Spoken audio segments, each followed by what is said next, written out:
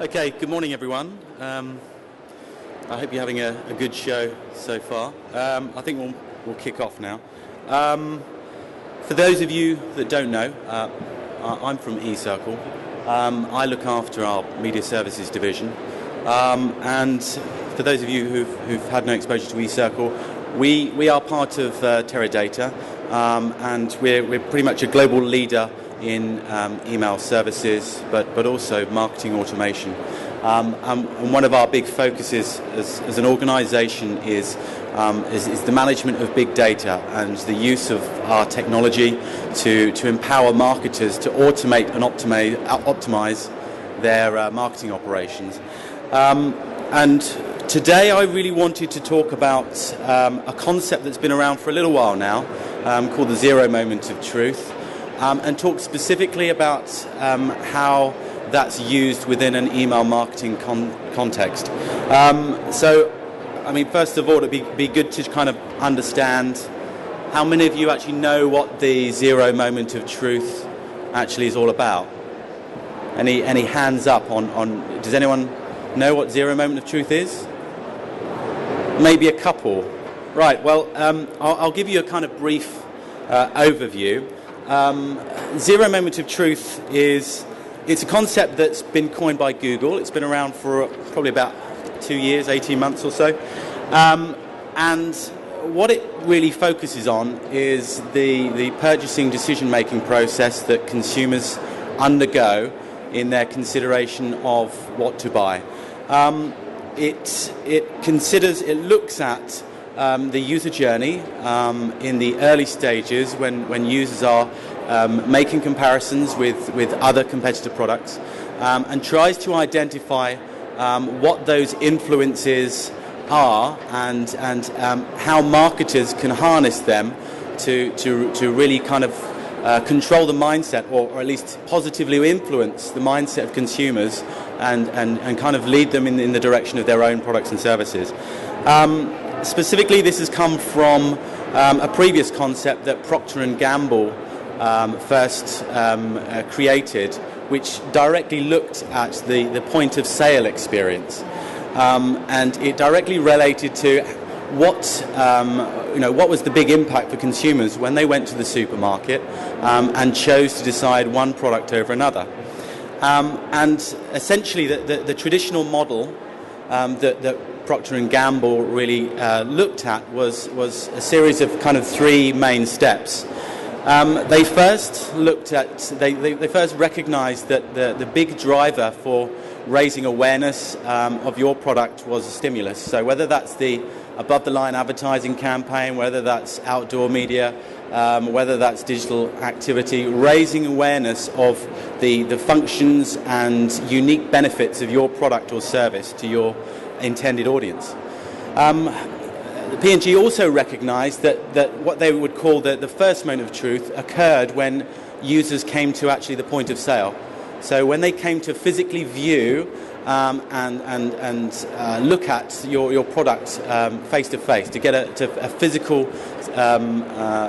sample of what your product is and what it stands for. And this they labeled the first moment of truth. And then, if people took that home, they bought the product and they actually enjoyed the experience, this was termed the second moment of truth. And, in terms of a pure retail experience, as far as they were concerned, these were the three most critical factors that they needed to concentrate their marketing effort towards, making the most amount of impact at those three stages of the customer journey.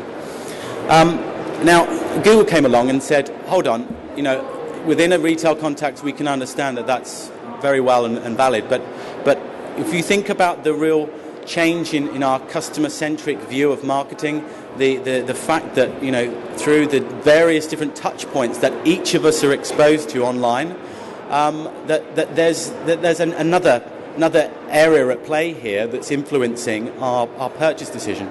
It doesn't just stem from people's experience at the shelf or when they take it home. It actually occurs in between those two stages, in between the first impact, where you're first made aware of that product and the need to have that product, and when you first had that initial exposure to it. And this is what they term the zero moment of truth. It's a key part of the customer journey that people really need to focus on. It's that part of the customer journey where people take on board other influences or other inputs of information to help guide and shape their purchase decision. So to help them kind of assess what this exactly was, this zero moment of truth, Google commissioned a study, and it looked directly at people's influences during the initial first part of the stimulus experience and when they first got their hands on the physical item that they saw. And they showed up some very interesting pieces of information.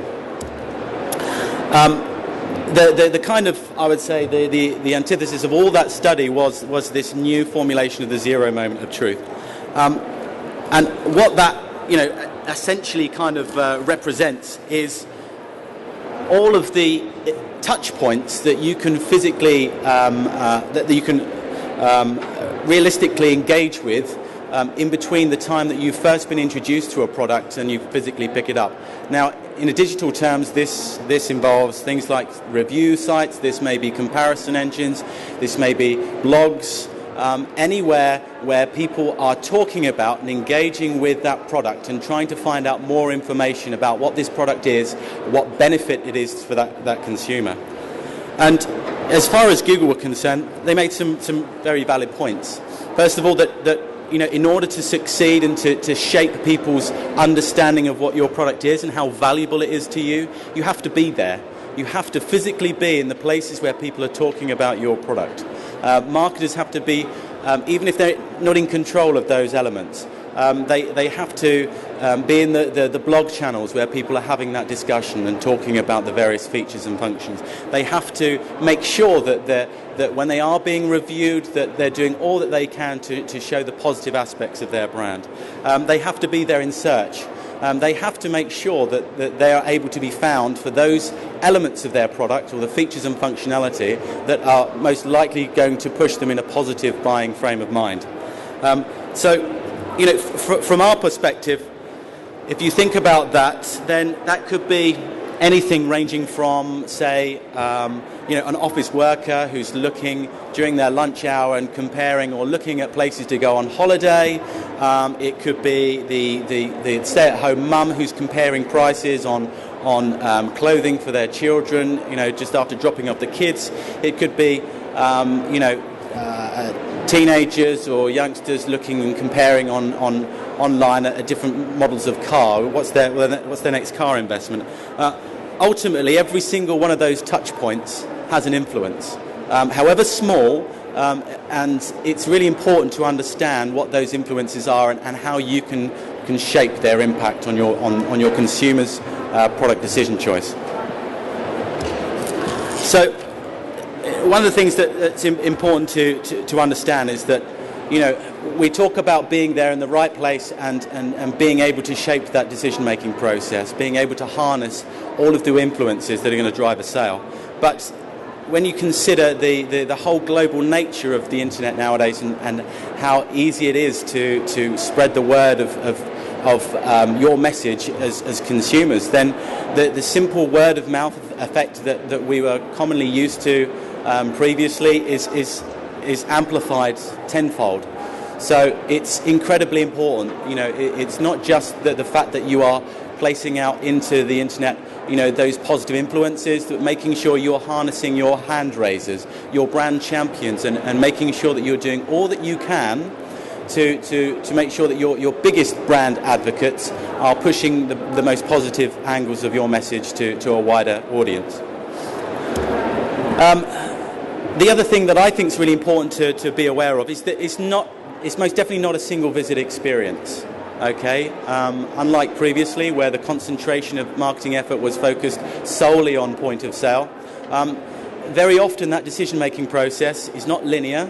It's not a case of somebody, getting initial brand impact. They get the video or they get the ad exposure. They think, yeah, I need something. I need to buy this car. This is something that I want to have. people then go online and read reviews and then go into the showroom and take a test drive. It doesn't happen in that linear approach. Very often you might go through to a review page, you see what people are talking about with regard to that product. You might go to the showroom, have a look at the product, and then go back online and check out some more reviews. So it's certainly not a single visit experience, it's certainly not linear, and with that in mind we have to be aware of the whole multitude of different exposures. This Google study was very interesting, kind of highlighted that the average number of impacts or exposures or influences at 10.4 per single product conversion, and that's incredible.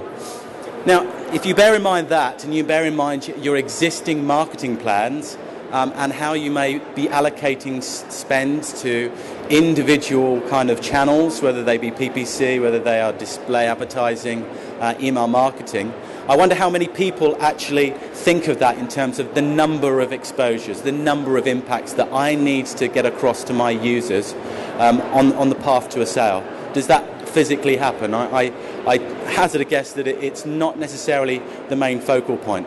So I think that it's something that people should really bear in mind, and that making sure that you create standout in a world where everyone is bombarded with messages, and creating standout is an increasingly more difficult thing to achieve, then making sure that you can deliver the right impact at the right time of a customer journey is incredibly important.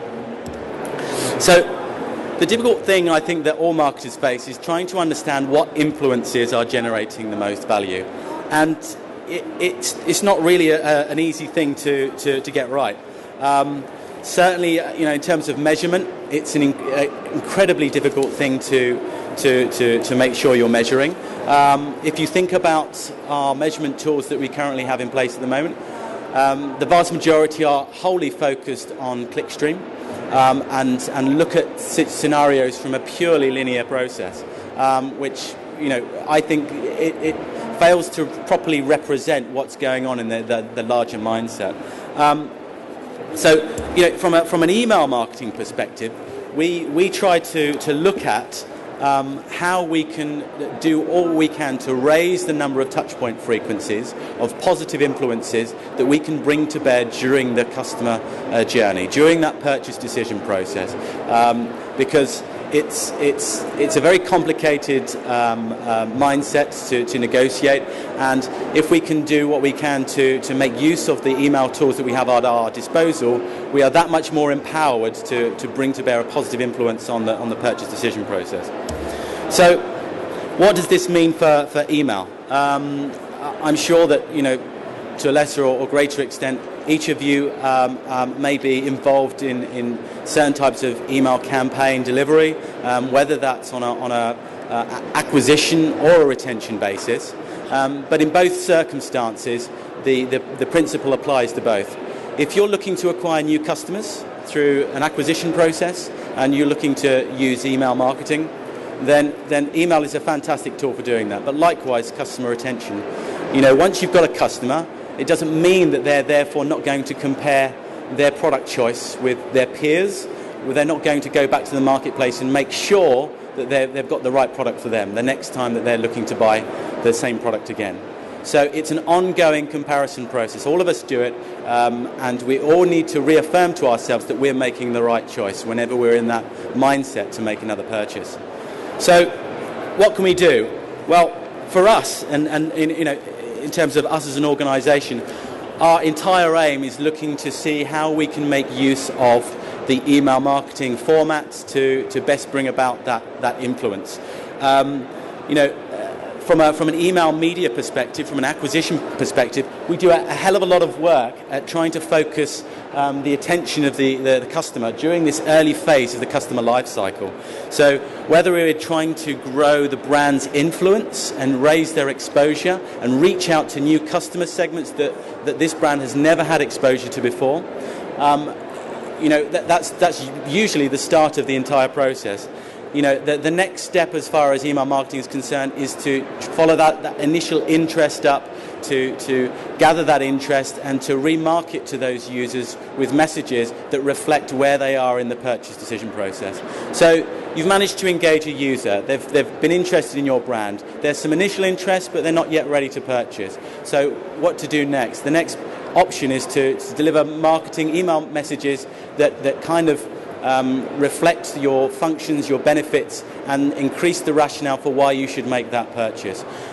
Use email to allay the fears of your consumers who might not be quite convinced to take your product. There may be fears, there may be reasons, maybe doubts, and email is a fantastic format to delivering those kind of messages to I would say, embed the emotional reasons of why you should make a purchase. And that follows through, right up until the point where they've made their product choice, and they've shortlisted their choice of products down to you and one other competitor. So what's going to tip it over the edge? Well, this is when it's a good opportunity to use email marketing to drive direct response messages. These might be more incentive-based messages, whether that's a voucher code, whether that's money off, whether that's time-sensitive offers, which really push the rationale for making the decision to buy now rather than later. And that process continues. Once they're a customer, you need to make sure that you reward the loyalty of your users when they become a customer. Encourage them to spread the word. There is a reason why they've become a brand advocate and why they bought that product. And at the time that they make that product, it's a very short time scale, but that's the key time to take that opportunity and get them to spread the message of why they made the product decision in your favour. Get them to tell their friends, to share that experience with others. Likewise, if you're finding that you have customers that have been with you over a period of time and their interest in your product set starts to wane, then we use email lapser programs to reinvigorate that interest. We try to identify why they've lapsed or why their interest has waned, and to reinvigorate that interest, to launch objection handling mechanisms to kind of reassert the benefits or re-engage with those users so that they can kind of re-evaluate the emotional connection that they have with your products. So I just wanted to quickly summarize really why email as a marketing format is incredibly useful compared to other marketing formats. Well, first of all, you think about the email message template. It's a fantastic visual stimulus piece. Right at the start of the customer journey, there's no other better way to get across very complex messages, but certainly to making an emotional connection with your audience through email. It can grab users' attention. When you think about subject lines, we spend a lot of time crafting subject lines that don't just grab attention, they provoke that curiosity and they make an emotional connection with your users and create that need for your product. But more than that, they allow us to create a format that's easily shareable. If you get a great email, it stands out in your inbox. You'll forward to your friends, you'll say, look at this is great, this is innovative, this is different. That doesn't necessarily reflect the product itself, but certainly the message has a big part to do with that. And for us as an email marketing technology allows the deployment of those messages and the finite targeting and personalization. But certainly we spend a lot of time in trying to understand the type of messages that our customers want to put across and how we best represent that over an email format. If you consider that, I would say the vast majority of email nowadays is opened on tablet or mobile format, the use in those messages has completely changed. And we spend a lot of time trying to understand how we need to shape those messages to reflect how people read email. Email on the go, for instance, really transforms people's usage of the email marketing message. The good thing about email also is that it's referenceable. You might have an email. We often see sales lag from an email several months after the initial broadcast.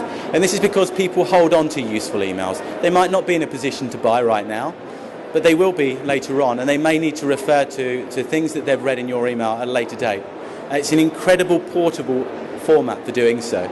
In insurance, for instance, some of our insurance customers have seen a lag time of 3 months from initial interest through to purchase of an an insurance policy. Across the industry, I think Google showed that in the industry sector, in the insurance sector, the decision-making process can take anything up to 18 months. So email can play a critical role at producing a message that can hang around for a lot longer than necessarily a display banner or other formats would. It's also great for delivering time-sensitive emails. I'll give you an example. We sent a big campaign for a major fashion brand, and the objective of the campaign was to create what was called an inbox takeover.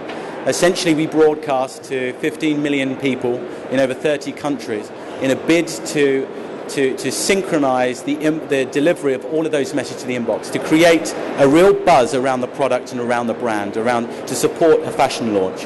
And that's a great usage of email for synchronizing the timely delivery of your message. If you want to make an impact in your market and really get everyone talking about that for, in a particular audience segment, then email can be really effective for doing that. It's also highly personable. Depending on obviously the amount of data that you have about your consumers, you are able to provide a real one-to-one mechanism for communicating with them. And that's the extraordinary power of email. It's all about relevance. And, I think that it's a real shame, really, because the sector and the industry, the tools that we have at our disposal to make that happen, are, in many cases, aren't really used to their full potential. We have clients that really focus now on collection of data, on profiling their users, on profiling their customers, to get a real intricate understanding of what they are, who they are, and what their needs are, and make sure that the messages that they provide singularly meet their needs. So, that for us is a key driver in our business at getting to that point of understanding. The last one that I want to go into in a bit more detail is talking about nurturing the customer. So I spoke earlier about the whole customer journey and how it's important to make sure you're creating influences throughout this journey, not just raising the brand awareness, not just being there at the end when they're ready to make a buying decision, but throughout the entire process. And for us, that's been a key driver in the formulation of some of our products and services. And one of them is what we call our kind of email lead nurture program. And this is a great example of taking the long game view in customer acquisition. So we take the first process in this, the first step in this process is acquiring interest from customers in your sector across any digital channel. It doesn't matter where they're having the conversation, but we're looking to try and pick up on that interest. If they're on social networks talking about your product, we'll look to try and harness that initial interest and capture their details. We incentivize them, or we try to get that initial interest and get that initial registration, even if they're in no position to buy. This could be a long, I'll give you an example in the automotive sector. If you're looking to buy a car, you might not be in a position to buy a car, but you're certainly interested in a particular car model. It reflects who you are, your personal status, and your personal needs. So we look to gather that initial interest. We then put in place what we call a nurture program, which sends a series of targeted email messages which reflect where that user is in their customer buying cycle. And depending on how they interact with those messages, we get feedback into where they are and who they are. So we try and profile those users. We send them surveys. We try and understand what their specific needs are. And if we get signals that they're in a buying cycle, that they are near to making a buying decision, we then take a particular course of action. So the actual delivery and sequencing of all of these messages, which incorporate display retargeting, they incorporate other CRM mechanisms. The whole sequence is all focused on how we can engage that user at the right moment. So coming back to the automotive sector, to give you an example, one of the ways we engage those users, we first of all pick up on their initial interest in buying a car in a particular model. We then try and understand why they have that particular interest. We then invite them to download a brochure request or go for a test drive. We then follow up. If they're about to take that test drive, we send them a reminder, let them know, you know what, your test drive is booked in for next week. We're going to confirm that. Then they go for a test drive. We make sure there's a feedback loop in from the actual showrooms to let us know how that test drive went on. We then query and survey the user to ask them what was their experience like, how did they feel about it, how has it impacted on their thoughts for buying a car. We had tried to understand their needs, what's holding them back from making a buying decision. If they drop out at that particular point, then we'll make sure that we're front of mind the next time they're ready to make a buying decision. It may be in 3 months' time, and we'll message them at that point. If they're in a direct, ready-to-buy situation, we'll then hand off to the sales guys, and we'll send an automated message through to the sales showroom saying, look, this guy here, he's ready to buy, he loved the experience, it's time for you to make your call. So it's being able to use email appropriately at the right point of the customer journey. If people then go on to buy, we then manage the customer service experience. How is their future buying patterns going to be shaped by their experience? Are they willing to share that experience with other users? So it's an ongoing use of email throughout that customer journey. Certainly not a one-hit wonder. So there's huge potential within the lead nurture process, and this kind of gives you an idea of almost like the kind of the messaging process that people run through when we put together a nurture process. This is all programmatic, it's all dynamic messaging, and it goes through a logic gate sequence which selects the most appropriate message for the user depending on who they are as a segment, if they're in an immediate position to buy or whether they're just a browser, and how they respond to previous messages. This is a screen grab from one of our marketing automation programs, marketing automation systems called a Primo. And this kind of gives you an idea of how easily we can use technology for managing all of the customers we have and all of the elements of that user journey, making sure that we are there to drive the right influence at 0 moments of truth, from stimulus 0 moments of truth right to the first and second moments of truth.